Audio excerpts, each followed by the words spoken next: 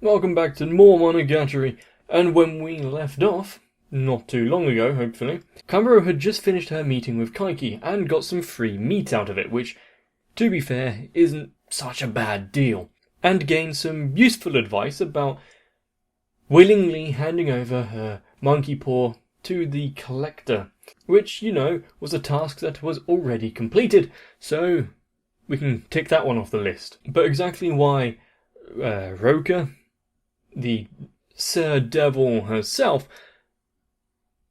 informed Kaiki of where Kaoru was, and basically all the other questions that were raised, I'm still unsure. But as is the case for Monogatari, it's gonna be one hell of a crazy ride, but severely enjoyable. So let's get into it. Damn it.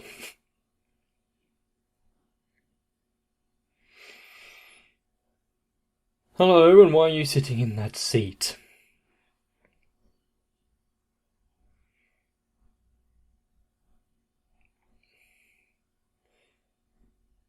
So what happened to, not...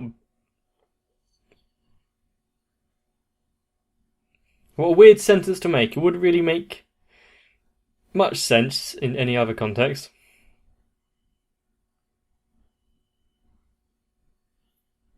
I didn't catch the name of that. At least not all of it.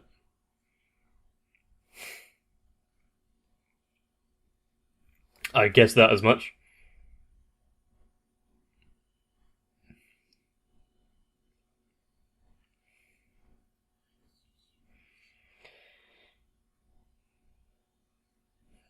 Yeah, taking Kaiki for a fool is harder than it looks.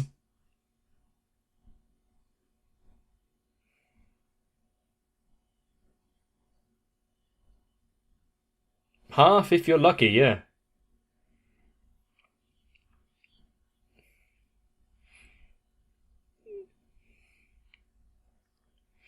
He just wants to be a side character.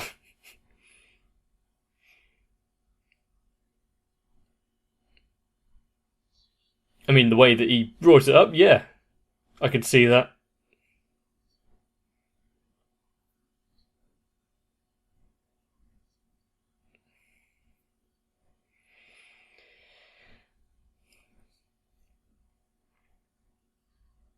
It depends on the end goal here.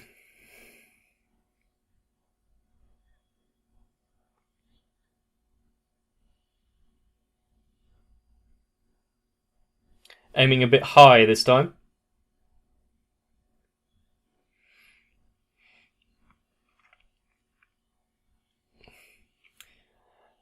But we know for a fact that she's now got at least the left arm, because now that's bandaged as well. But does it stop just there?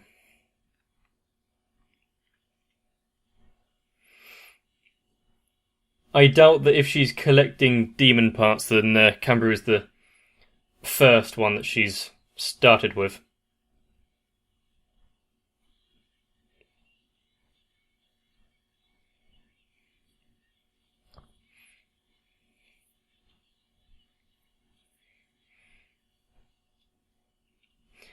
I'm starting to... Well, I'm not starting to, I had these thoughts a while ago. That this entire intro is just a flashback type scene about what those two went through throughout the middle school?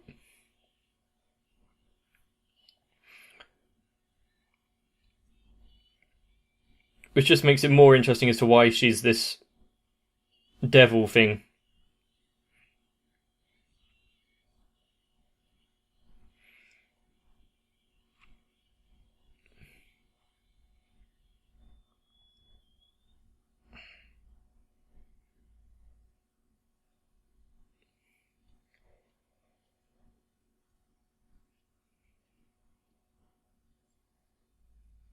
Leaving the crutch behind. So was that all just an act?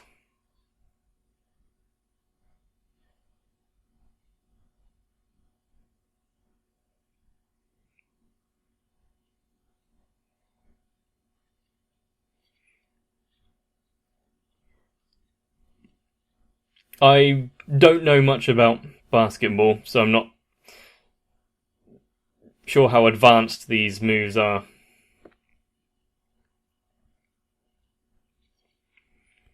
But it definitely looks as though Canberra is being outplayed here. Even with against someone that is supposedly had an injured leg. Nice fake out.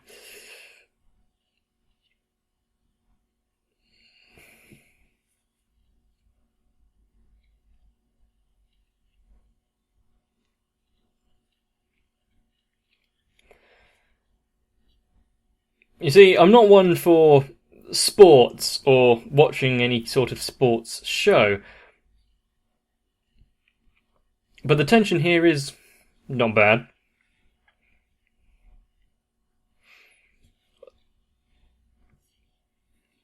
Although I think it's been a while since Canberra has last played basketball, so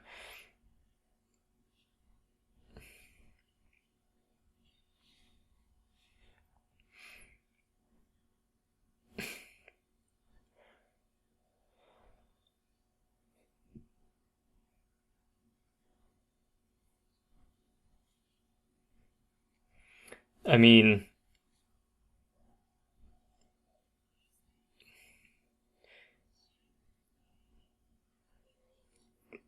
is there an audience though to impress?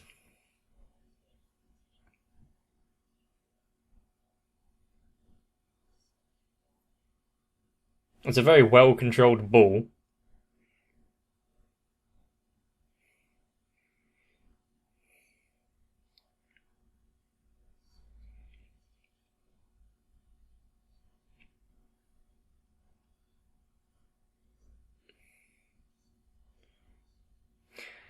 Ah. So like how Canberra's wish to the monkey paw, which ended up harming the others, yeah.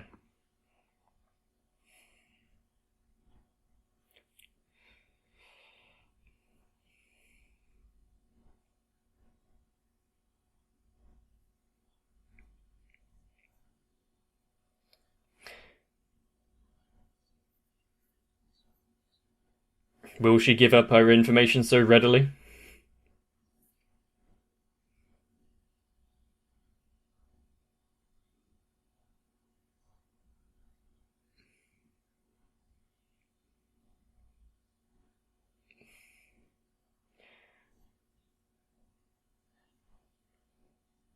Was it while she was on the track team? I can't remember.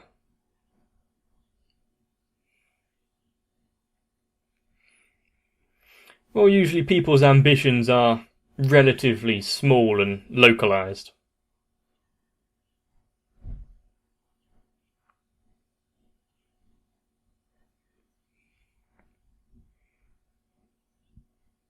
Where did the ball come from?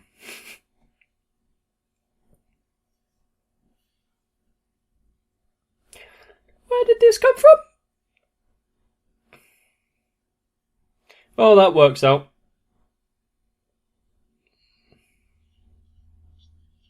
I don't think a basketball court is that pliable.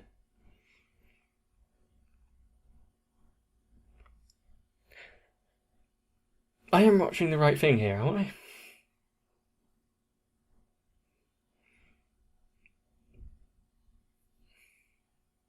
See, everyone has a different outlook on how to deal with issues, don't they?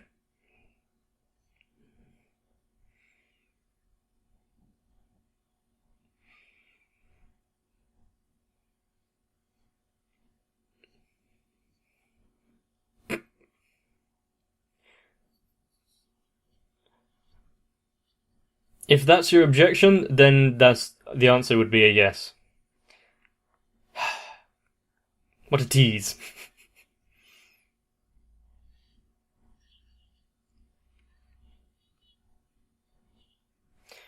Very good.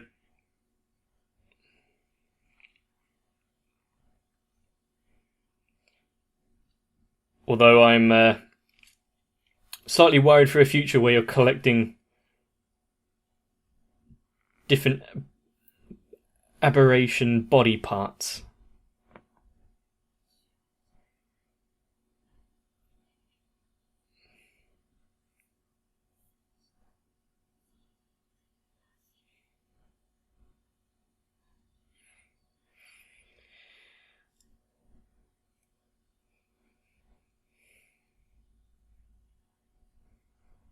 I don't. Um, well, yeah, she can at this point kind of let go of it all, but it's her history and her kind of legacy in a way.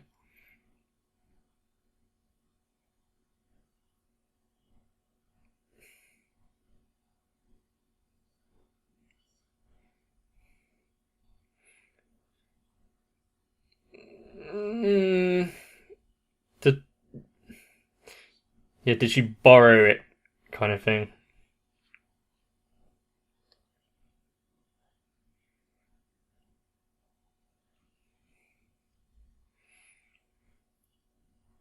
It is just a small hand instead of the whole arm, though.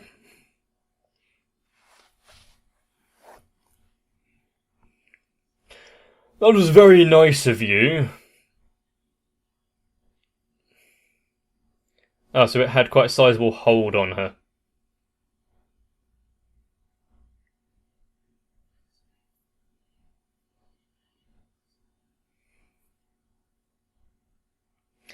Yes.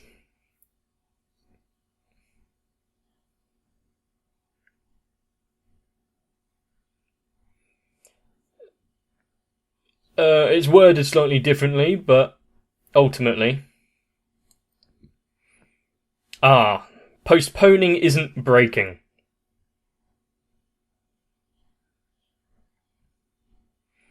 If you postpone for long enough, the parties involved will forget.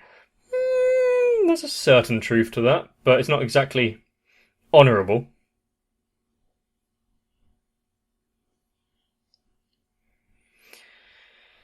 What kind of leg is under there?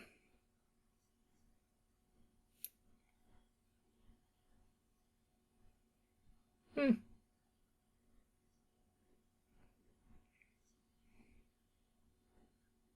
called it. Not bad. It's quite a good shot. What, and you're okay just walking around outside like that?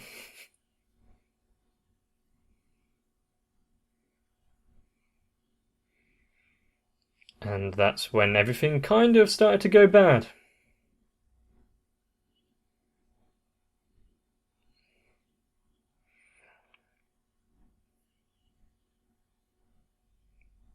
It,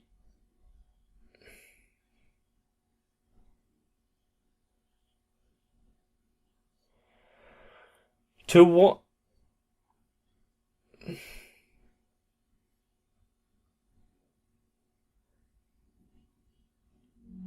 So did she put herself on a pedestal compared to everyone else and saw herself as superior? And then when she broke her leg, that superiority was removed?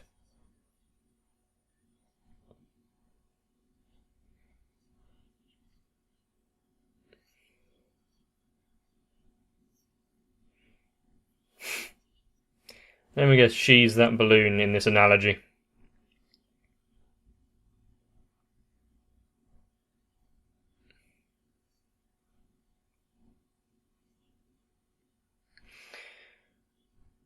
People will loathe and despise everyone else just because, a lot of the times.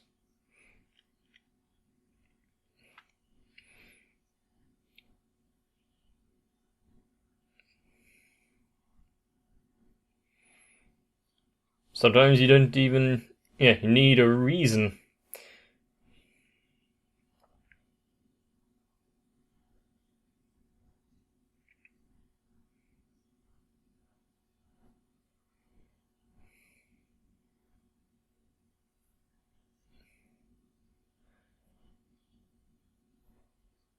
Okay, I can kind of understand that path of logic.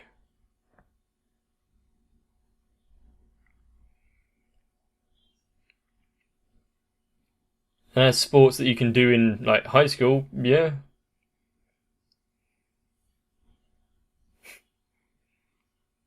I'm surprised you can see a facial expression.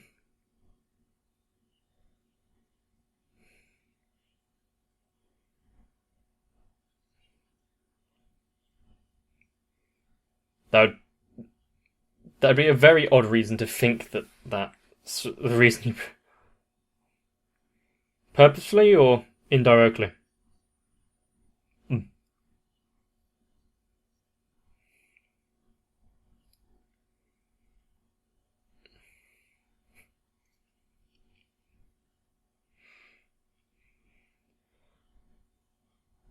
And what, pushing herself too far?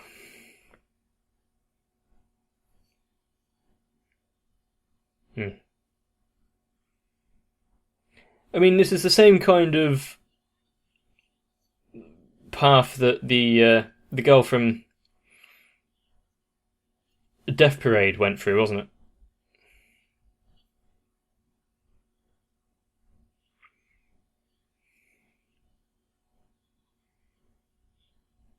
But did she actually believe those tears and all this?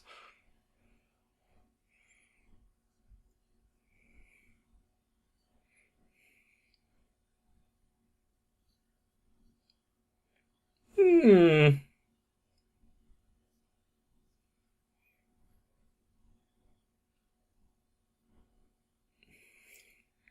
I've never broken a bone, so I can't really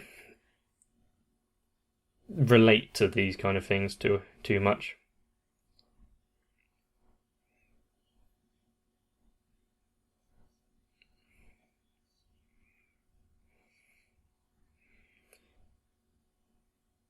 Certain event. Please don't tell me it was Ogi.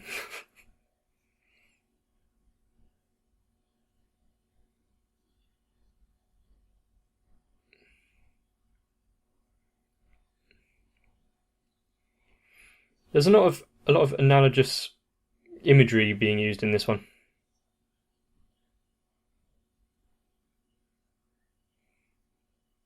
Huh. So in the same kind of way that she was looking at everyone else beforehand.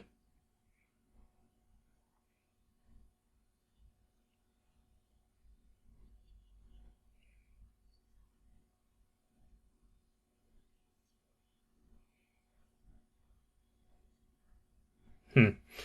Well, even if you broke your leg or in hospital, you can still provide sympathy, so.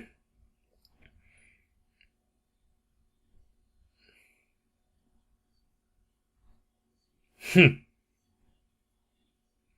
But for what reason? Actually, that reason, okay. Not the story itself, just the situation.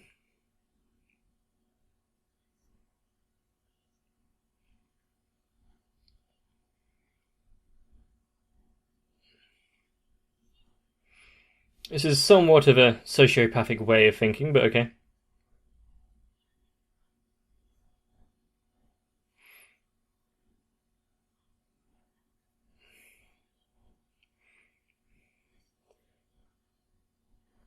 Well, if you weren't particularly harming them, then you can kind of say that it's alright.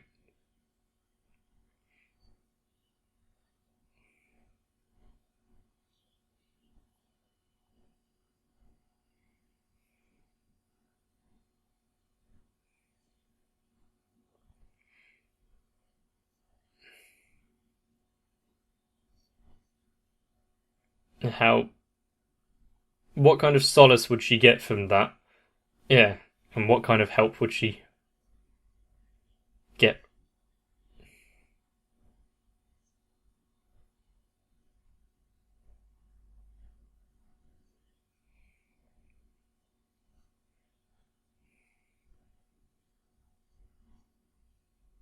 And what, it had all fixed itself?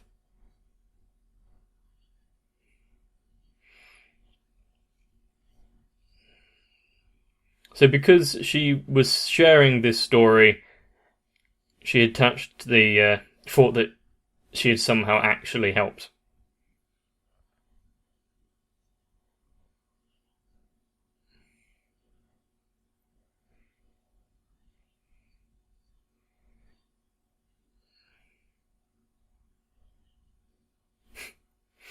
To be fair, being attributed with those kind of success stories,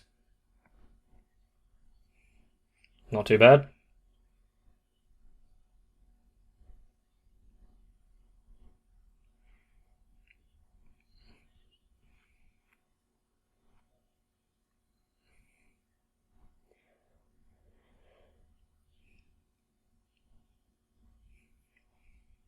So what are we gaining from her telling this story?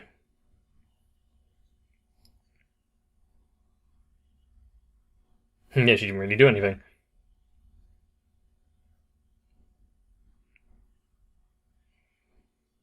So if she just listened and didn't care...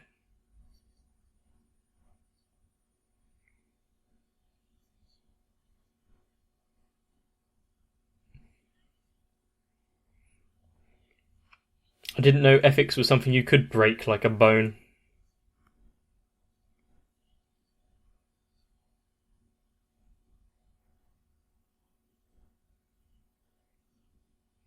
Literal or figurative?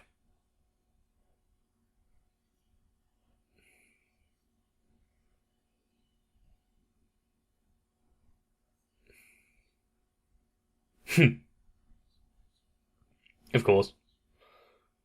But are we actually going to hear the second part? Because she likes to delay the promise.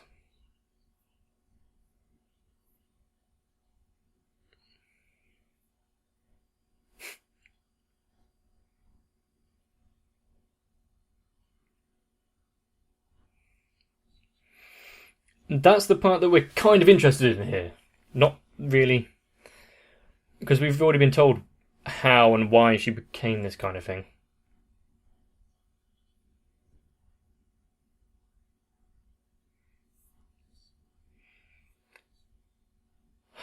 Of course, they'd use half times and times out and stuff like that. Why else would they have the basketball game analogy thing going on? I'm saying analogy a lot.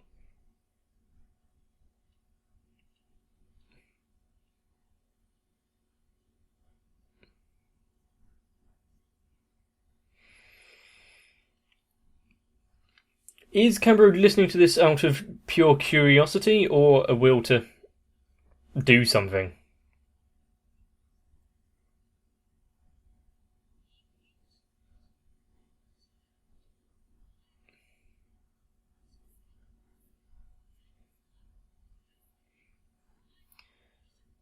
Quite a good ultimatum, I guess. But can she just... Nice. Can she just reclaim it?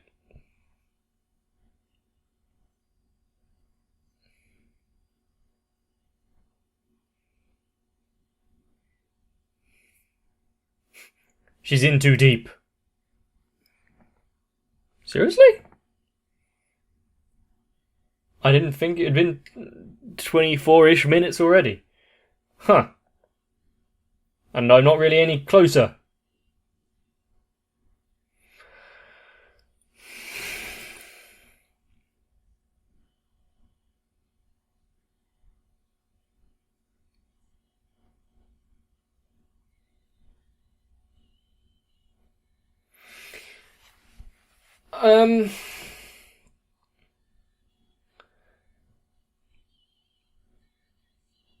So we can kind of get why she started off on this listening to people's problems thing, because it gave her that sense of satisfaction from hearing people's misery.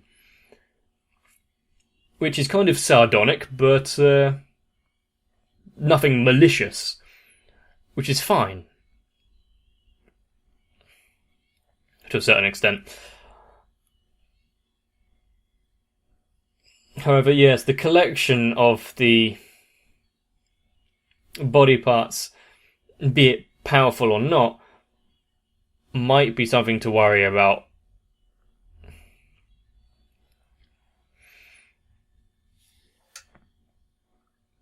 But other than supplying the arm, I'm wondering how much Cambaru's impacting this story. I mean, I know that they've probably got some sort of history together. This arc so far is lacking in any sort of big tension. I mean, Cambaru's fine now. She's had the issue of her arm removed. The previous arc, there was a god going to murder to death Senjugahara and Araragi. The arc before that, there was the zombies and time travel. I think was the one before that, at least. Oh no, the one before that was the the darkness. Whereas this one, there isn't really that like big bad that we've got to worry about. I mean, yeah, the devil kind of, but so far there hasn't really been shown any animosity or danger per se. Just a vague warning from Kaiki. So I'm feeling slightly at a loss there, but it is an interesting one nonetheless, because I still want to figure out why all this is going on. And it just being Canberra, of course I'm going to, well, just be interested to some degree. And is it going to tie in at all with the fact that Kaiki knew her mother? Or her aunt, in a way? Or is that just a separate kind of plot thread there for future events? A lot of things swirling around in my mind right now. Not sure how to process many of them, or if I'm even in the right ballpark. Pun, I'd say about 20% intended there. Of course, it's not the first character that we've seen that has some sort of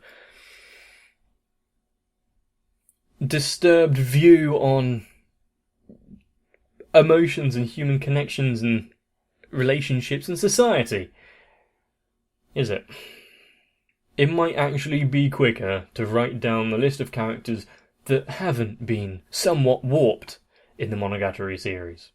Of course, I'm not sure how bad a stress fracture is, partially because I've never broken a bone myself, and also partially because I've had no inclination to research the different fractures and their impact on your future life.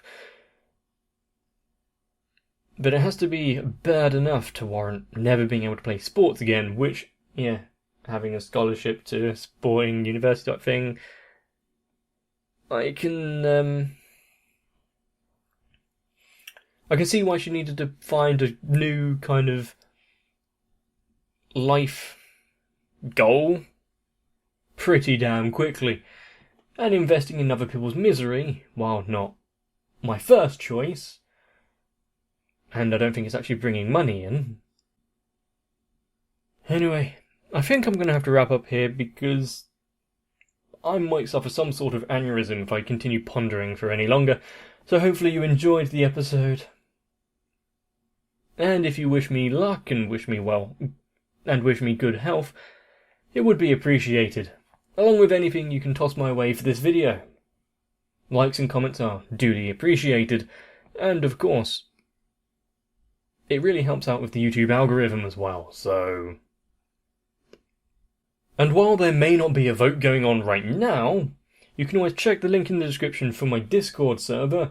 You can come along and chat and post your own kind of, well, inanities as much as you want, and you'll be well informed in case anything does change. So, there's always that. But I know most of you who have reached this far into the video are as fervent as ever, and you're ready for more Monogatari. Unfortunately, you're going to have to get some rest. And I'll see you in the next one.